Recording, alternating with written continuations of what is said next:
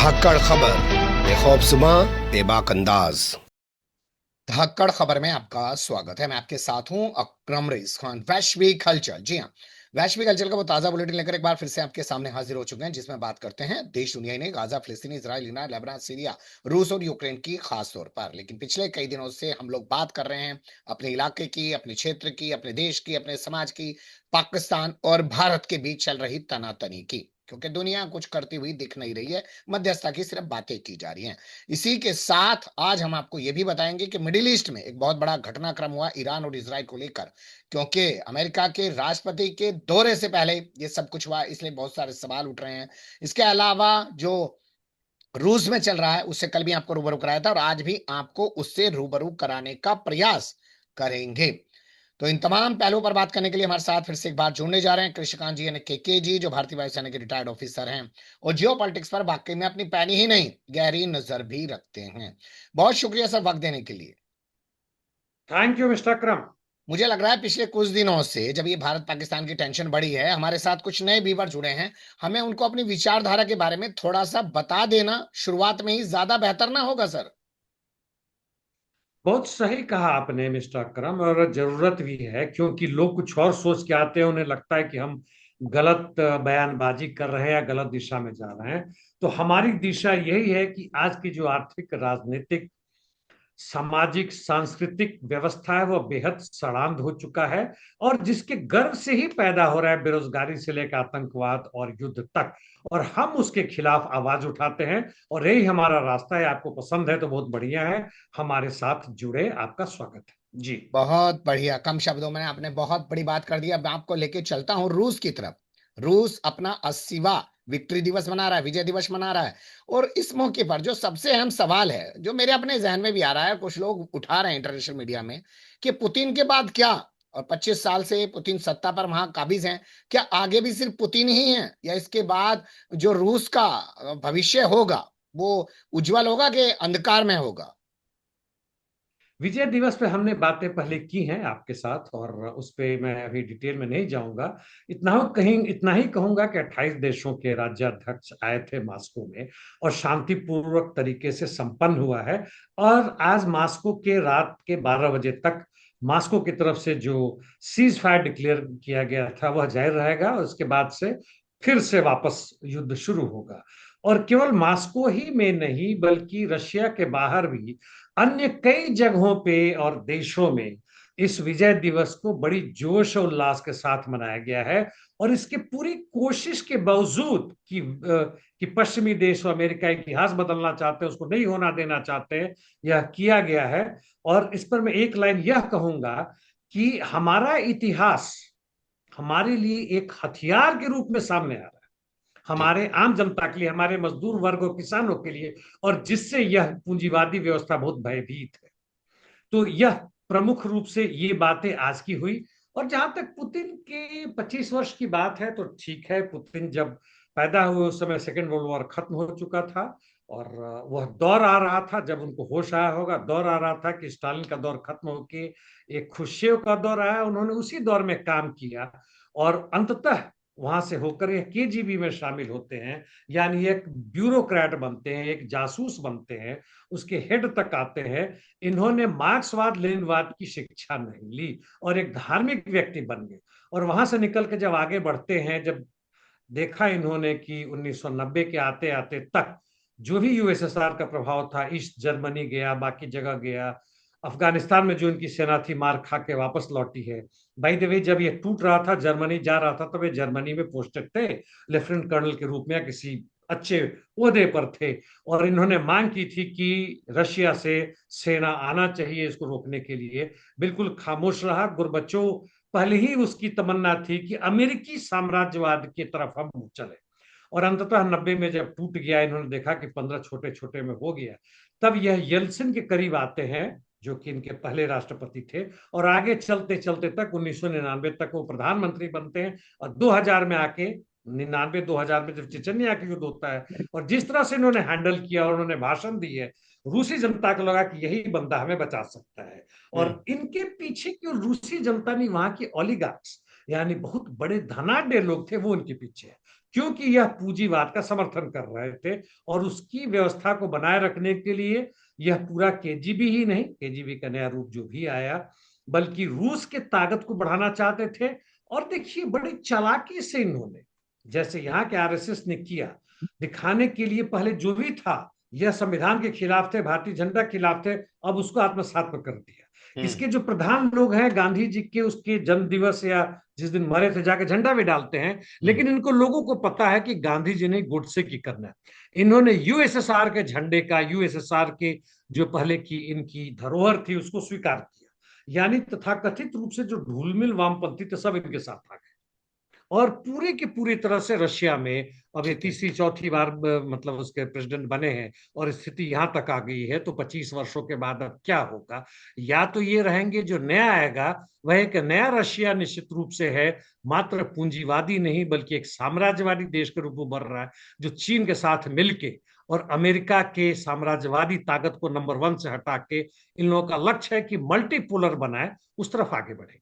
जी।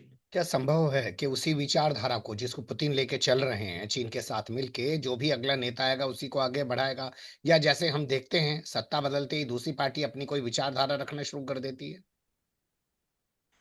संभव नहीं है। देखिए कोई भी व्यवस्था जब बनती है तो उसके बाद से जवानी आती है, आगे बढ़ती है, अंततः समाप्ति होती है और एक नई व्यवस्था आती है। उसका हम्म। कारण अंदरूनी है। जैसे पूंजीवाद के पहले यदि राजतंत्र था, उस तरह की व्यवस्था थी, वहां टूटा। और उसके बाद से जो किसान थे, जो जमीन से जुड़े हुए थे, जब उस समय जमीन खरीद बिक्री नहीं कर सकते थे, हम्म। क्योंकि वो राजा का होता था और वो जनता से जुड़ा होता था, किसानों से। वह तोड़ा गया, जबरदस्ती इंग्लैंड में तोड़ा गया, हजारों लोगों को मारा गया कि तुम शहर में जाओ और पूंजीपतियों के फैक्ट्री में काम करो मजबूरीवश। तो हम्म। यह तोड़ा गया, एक तरह की क्रांति थी। हालांकि वह क्रांति केवल हम्म। पूंजीवादी एक कहें तो प्रजातंत्र के रूप में आया, जहां हर व्यक्ति एक वोट दे सकता था, उससे अधिक नहीं था। और जो मजदूर था वह किसी भी तरह के खेत से जी। या उत्पादन के साधन से मुक्त हो गया। तो संक्षिप्त में यहाँ पे मैं भी डिटेल में नहीं जाऊंगा, वह लंबी बात हो जाएगी। संक्षिप्त में यहाँ पे जो भी पुतिन कर रहे हैं, उनकी इच्छा थी यूक्रेन के युद्ध के खिलाफ, जब उन्होंने किया स्पेशल मिलिट्री ऑपरेशन, उन्होंने दो चीज था, डीमिलिटराइजेशन, यानी यूक्रेन के मिलिट्री के ताकत को खत्म कर देंगे ताकि रशिया पे आगे आने वाले समय पर आक्रमण न करे, संभव हम्म। हो जाए।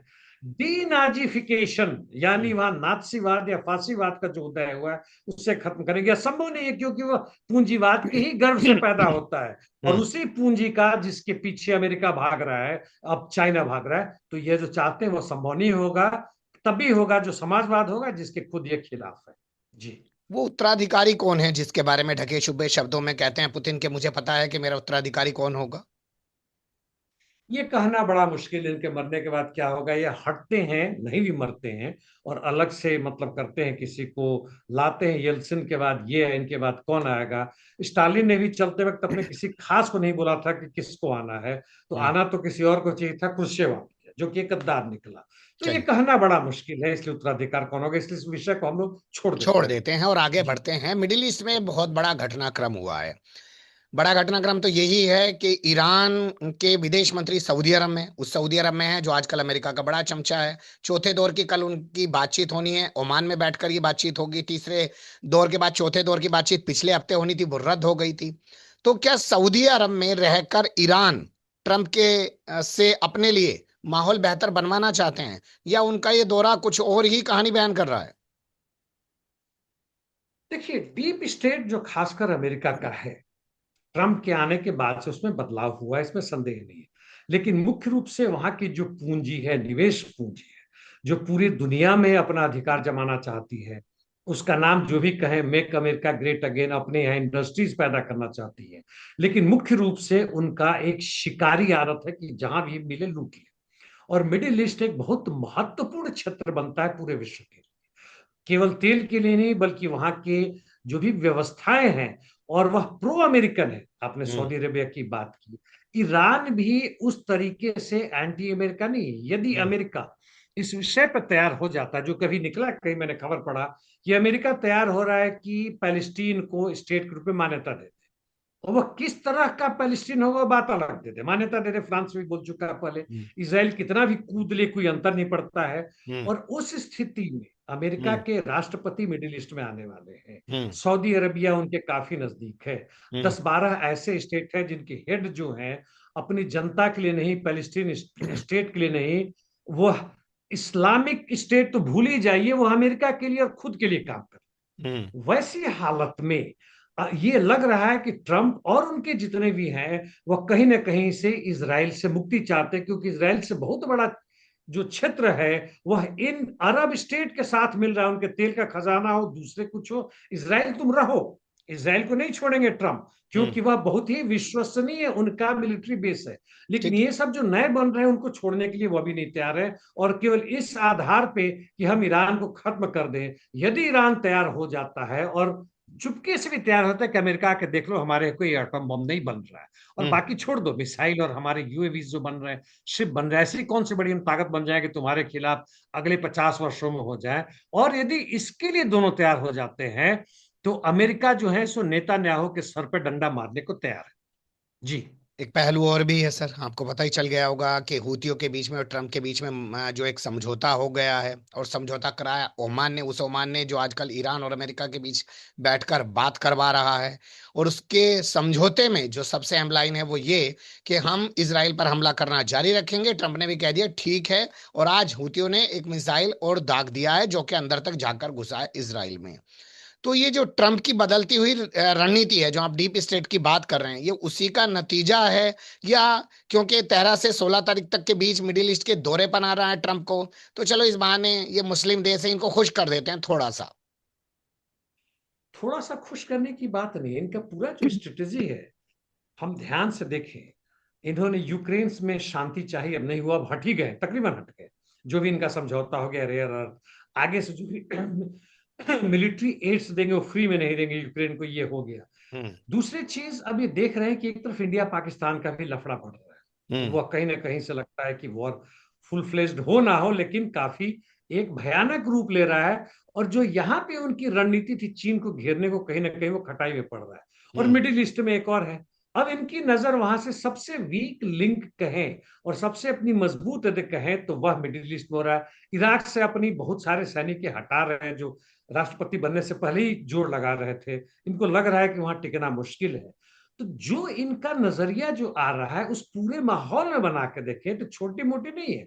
और हम्म। यह मौका है, यदि मैं कह रहा हूं फिर से, हमारी आवाज तो खैर बनी जाएगी, कि मिडिल ईस्ट के वो जो अमेरिकी चमचे हैं, चाहे सऊदी अरबिया हो, इजिप्ट हो, टर्की हो, थोड़ा सा ताकत इकट्ठे बन के कर जाए। मैं इनकी ताकत के लिए बेचैन नहीं हूं, ना ही मैं चाहता हूं कि बड़े वो हो जाए। मैं चाहता हूं कि पैलेस्टीन को पूर्ण राज्य की सार्वभौमिकता को आधार दो और वहां के लोग खुद चुनाव करें, ना कि इजराइल और अमेरिका के कहने से चुनाव करें। पैलेस्टीनियन अथॉरिटी को दरकिनार करो, वो बहुत ही डैश डैश है, छोड़िए मैं गाली नहीं दे सकता।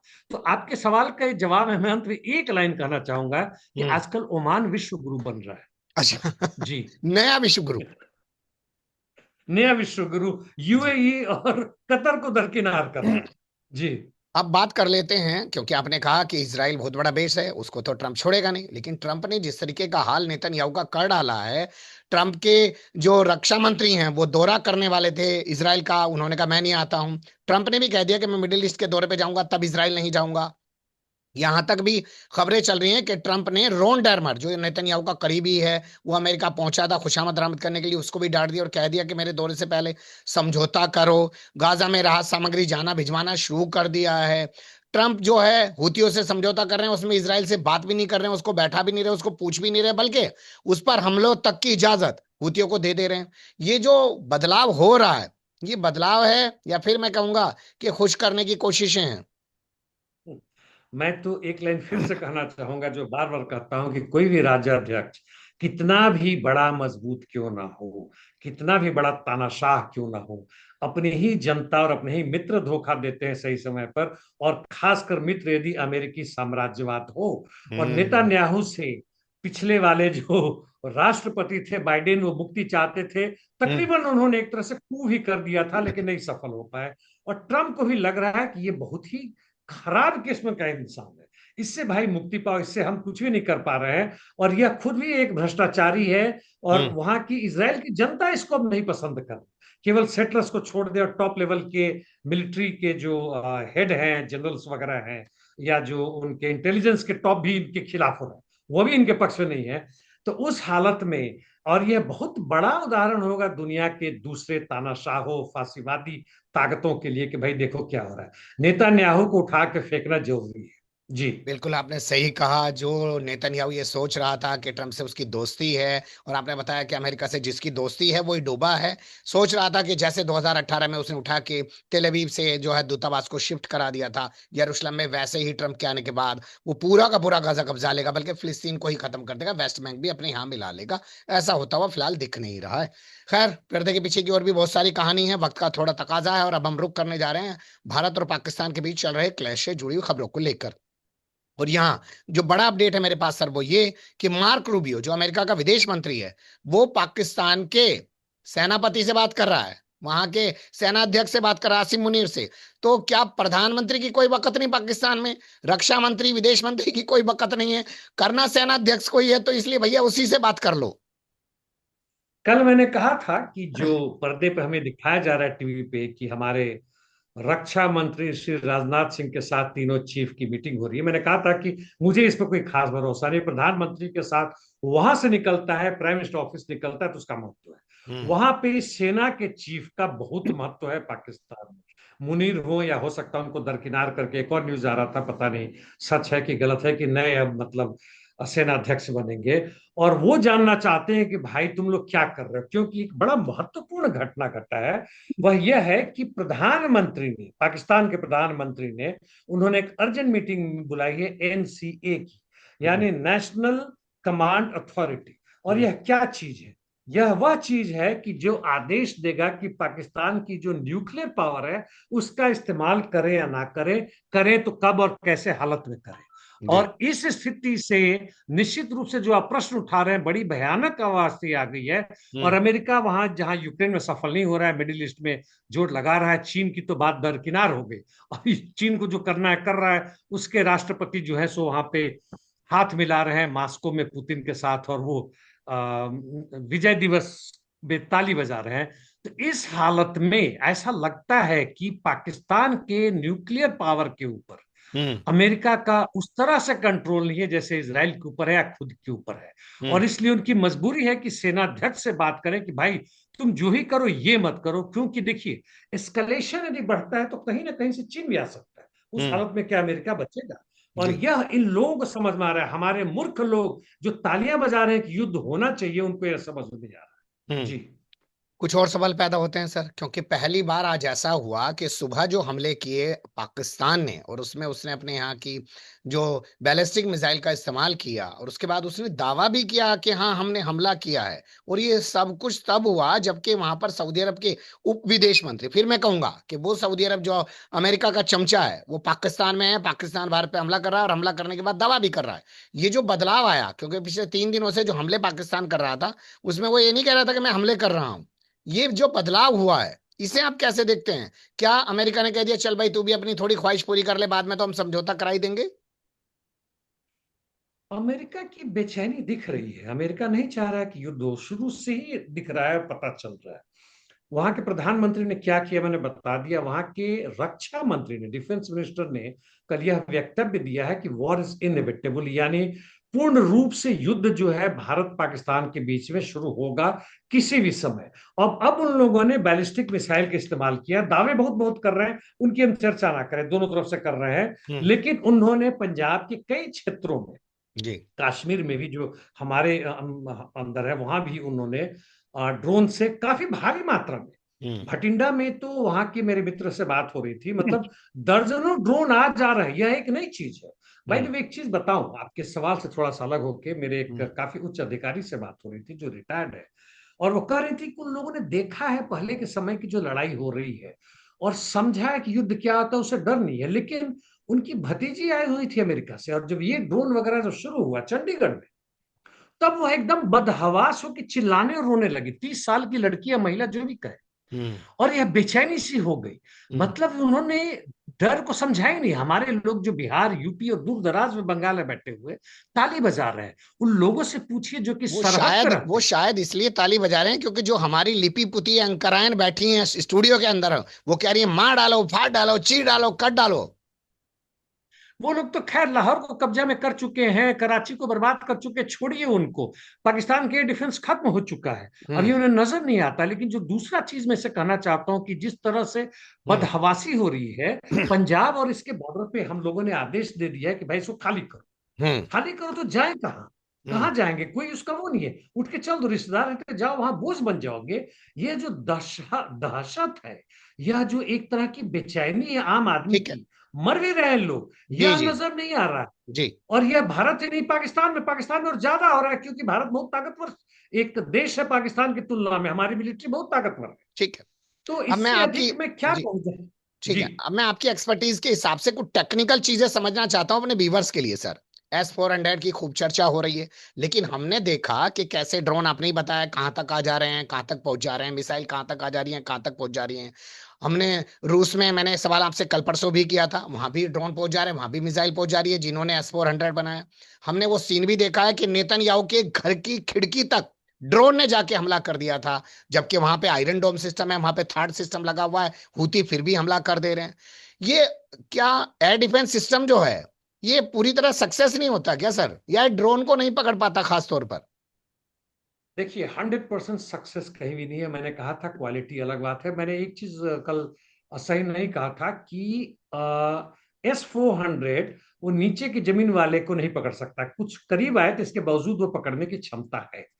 और S-400 one of the latest modern है, पेट्रियट वगैरह से ज्यादा है। जो अमेरिकी सिस्टम है, थर्ड सिस्टम है, जिसकी आपने चर्चा की इसराइल में। जी। हमारा आकाश खुद का जो एयर डिफेंस सिस्टम है काफी मजबूत है। और जो पुराने हमारे सैम 3 हैं, surface to air missile, USSR से हमने लिए थे, तो रशियन से, वह भी है। लेकिन इस सब के बावजूद भी एक चीज यह समझिए कि जैसे हमारे बॉडी में कुछ यदि वायरस आता है, हम एंटीवायरस करते हैं, और वह वायरस अपना जेनेटिक जो कैरेक्टरिस्टिक है वो बदल देता है। उस एंटीवायरस से दोस्ती कर लेता है या उसको मार देता है और फिर बढ़ना शुरू करता है, स्पेशली कैंसर। मान ठीक लीजिए है। माउथ कैंसर, वहां इसको हमने रोका, वो हम्म। घुस के कहीं और इधर से निकल कूद करता होता है। हम्म। इसी तरह से जो पुराने समय में, आजकल तो हमारे लैपटॉप वगैरह में नहीं दिखता है, वायरस बनाते थे, उसका एंटीवायरस भेजते थे, उसका भी फिर वायरस निकलता था, एंटीवायरस। हम्म। उसी तरह से इलेक्ट्रॉनिक काउंटर काउंटर मेजर, ये दोनों तरफ से चल रहा है। और हम्म। इस हालत में S-400 का जहां तक बात है, जिसकी आप चर्चा कर रहे हैं, हम्म। चाइनीज जो एलिंट है, इलेक्ट्रॉनिक इंटेलिजेंस, जी। चाइनीज जो एक एयर टू एयर मिसाइल जिसकी मैंने चर्चा की थी, PL-15, जिसका जी। अभी 10 से 20% दुनिया में दाम बढ़ गया। जी। चीन भी पैसे कमा रहा है इसमें। तो इस हिसाब से यह कहना कि हमारे पास एक बड़ा पावरफुल एयर डिफेंस सिस्टम है, जो कि है, लेकिन पूरी तरह से उसको निस्तानाबूद कर देगा, कुछ नहीं आने देगा, यह संभव नहीं है आज के समय में। उसके पास भी चीन का और अमेरिका का उसका काउंटर है। जी। ठीक है, अब और बात करते हैं धंधेबाजी की, क्योंकि हथियार इंडस्ट्री भी बहुत बड़ा धंधा है। क्या अब पूरी दुनिया में जो वो जमाना चला गया, जो हम चाइना के प्रोडक्ट्स को लेके बात करते थे कि या तो चांद तक चलेगा या शाम तक चलेगा, लेकिन अब चाइना जो है वो सारे ऐसे प्रोडक्ट बना रहा है कि चांद तक चलेगा। राफेल को लेकर जिस तरीके की खबरें पूरी दुनिया में फैलाई गई है, मान लेते हैं एक बार को झूठी है, लेकिन फैलाई गई हैं, और उसमें ये दिखाने की कोशिश की गई है कि चाइना के जहाज से जो है राफेल को गिरा दिया गया, ध्वस्त कर दिया गया। क्या अब दुनिया में चाइना के हथियार बिकने लग जाएंगे? और क्या ये खबर चलने से फ्रांस का जो राफेल है, उसकी एक इमेज जो डाउन हुई है, उसके जो शेयर डाउन हुए हैं, और उस पर जिस तरीके से क्लियरिटी नहीं दी जा रही है भैया हुआ है कि नहीं हुआ है, हमारे विदेश सचिव भी ये कह रहे हैं कि वक्त आने पे इसका बताएंगे, यानी कि वो अभी सवालों को और बड़ा कर दे रहे हैं, गहरा हो रहे हैं और सवाल। इन सब के बीच आप इस पूरे घटनाक्रम को कैसे देखते हैं? देखिए, चीनी शस्त्रों का इस्तेमाल हो रहा है, उसका फाइटर प्लेन भी है, जेएफ है, और ये सारे हैं। CNN ने जो खबर डाला था कि लंबे समय तक, 1 घंटा, कल की बात है, आज की नहीं, लेटेस्ट नहीं है, और दोनों तरफ से 30 से 35 जहाजों का बॉर्डर के ऊपर में डॉग फाइट हुआ। हालांकि डॉग फाइट पहले वाला नहीं कि एक दूसरे को देख के मार रहे हैं, लॉन्ग रेंज मिसाइल का इस्तेमाल करते हैं। दूसरी बात यह है कि जहां तक आर्म्ड फोर्सेस की बात है और आर्म इंडस्ट्रीज की बात है, वॉर इंडस्ट्रीज की बात है, वह कंटिन्यूअसली अपडेट हो रहा है। इस रूस और यूक्रेन के युद्ध में जिस तरह से हमने ड्रोन्स के बढ़ते हुए ताकत को देखा, जी। एक छोटे से तमाशा के लिए था, उसके बाद से वह टू ही विमान, यानी वह खोजने के लिए जाता था, और उसके बाद से वह 100-200 kg से अधिक वेपन लेके, आर्म्स जी। और लेके, बल्कि उससे वो मिसाइल छोड़ रहा है। जी। वहां पहुंच के उससे वो मिसाइल छोड़ रहा है, हम्म। इस हद तक बढ़ गया। और उसके भी अपना काउंटर इंटेलिजेंस हो गया, हम्म। यानी इलेक्ट्रॉनिक काउंटर काउंटर मेजर हो गया। तो हम्म। उस स्थिति में कहीं रुकता नहीं। जहां तक चीन का है, जेफ उसका वर्षन बहुत सारा है, काफी एडवांस 5th जनरेशन का संभवतः पाकिस्तान के पास हो, 6th हम्म। नहीं है, यह तुम्हें पता है। जिस स्टेल्थ की बात या टेललेस फाइटर प्लेन की हम लोगों ने बात की थी, वो नहीं देगा अभी, हम्म। लेकिन फिर भी काफी मॉडर्न है। और इस हालात में हमारे पास राफेल हो या जो भी हो, वो अभी तो 8-10 साल पुराना हो गया। हम्म। तो इस तरह से चीन का जो मार्केट वो बढ़ेगा, ऐसा नहीं कि वही होगा। उसका जो इलेक्ट्रॉनिक काउंटर मेजर है, उसका जो ड्रोन है जो कि हर्ड्स में जाता है, टिड्डी की तरह नहीं, सैकड़ों की सरकार संख्या उस में पर जाता है। क्लियरिटी क्यों नहीं दे रही है? विदेश सचिव इस पे क्लियर क्यों नहीं कर पाए? यही कह देते झूठा है मामला, ये कहना कि वक्त पे बताएंगे। तो उन्होंने तो सवालों को और गहरा कर दिया सर। कुछ चीजें ऐसी हैं, आप देखेंगे कि युद्ध के दौरान में ना बताना सही है, नहीं तो अपनी पोल खोलती है दो चीजों से। एक तरह से तो दुश्मन को पता चलता है कि हमारा ये वीक पॉइंट है, और नंबर 2 उससे भी जो भारी पड़ता है, हमारी जनता शोर मचानी शुरू करती है। जनता का कोई ठिकाना नहीं है, तुरंत वो खड़ा हो जाती है कि तुम कर क्या रहे थे। तो ऐसी हालात है। और जहां तक F-16 की बात है, जितनी संख्या हमें चाहिए थी, 126 या 5 या 6 स्क्वाड्रन था, होना था, वो हमारे पास नहीं है। इसलिए हमें नहीं, F-16 दूसरे हमने ही कब लिया? वेपन। F-16 हमने लिया कब है सर? सॉरी सॉरी, मैं राफेल की बात कर रहा हाँ। था, F-16 निकल गया। राफेल की बात कर रहा था, जो 126 आने वाले थे, और हमने केवल 2 स्क्वाड्रन के बराबर लिया, जो 5-6 स्क्वाड्रन का होना था। बाद में हाल फिलहाल में फिर आने की बात हो रही थी, वो हम्म। पहुंचे कि नहीं पहुंचे अभी उसकी कोई खुलासा नहीं है। हम्म। तो इस तरह से हमारे उन बाकी सिस्टम पे, चाहे हम्म। वो एयरबॉर्न हो, चाहे सी से होके होता हो, या हमारे ग्राउंड फोर्सेज हम्म। हैं, जो हमारे DRDO ने डेवलप किए हैं, बनाए हैं, जुगाड़ में हम बहुत पीछे नहीं है। तो जी। उस स्थिति को देखे तो हमें मजबूरी में वो करना पड़ेगा। निश्चित रूप से जहां एक तरफ हमारे पास राफेल है, S-400 है, आकाश है, और उसी तरह के इक्विवेलेंट टैंक्स एंड सबमरीन्स है, लेकिन उनकी संख्या कितनी है? जी। जी।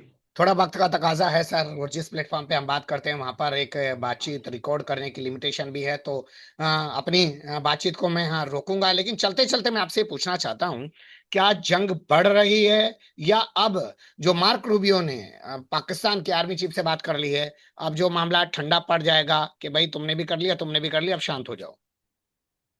2-3 दिन तक बड़ा क्रूशियल मामला है, बहुत ही क्रूशियल मामला है कि इस हालत में क्या हो रहा है। अमेरिका क्या सोच रहा है, वह तो दिख रहा है कि युद्ध रोकना चाह रहा है। नंबर 2, भारत को चाहिए कि हम पाकिस्तान से आगे हैं।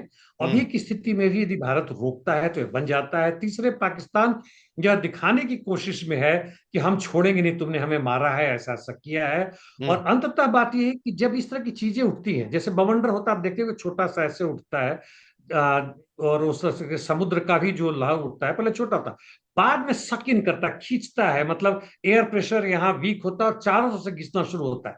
कहीं ना कहीं से, स्पेशली खासकर हमारे मीडिया ने, जिसको अलाउ किया सरकार ने, हम्म। और जो जनता को समझाने की कोशिश की कि भाई तुम हमारे साथ आओ, हम्म। उसी मीडिया ने हमें फोर्स किया कि हम वार को एस्केलेट करें, और वही चीज पाकिस्तान की तरफ हो रहा है। दोनों देश के पास अभी 2 से 3 दिन का वक्त है, इससे आगे बढ़ता है तो हम्म। शायद पूर्ण रूप से युद्ध शुरू हो जाए। अन्यथा कि अमेरिका सीधे की सीधे इसमें हस्तक्षेप ना करे कि तुम दोनों को हम चेतावनी देते हैं, इसके आगे बढ़ोगे तो दोनों के साथ बहुत बुरा होगा। जी। बहुत शुक्रिया सर, आपने बहुत बारीक से तमाम चीजों पर रोशनी डाली। वक्त का थोड़ा तकाजा है, कुछ चीजें ही छोड़ रहे हैं, फिर आपके साथ किसी और मुद्दे पे जोड़ने की कोशिश करेंगे। धन्यवाद। Thank you mister Akram.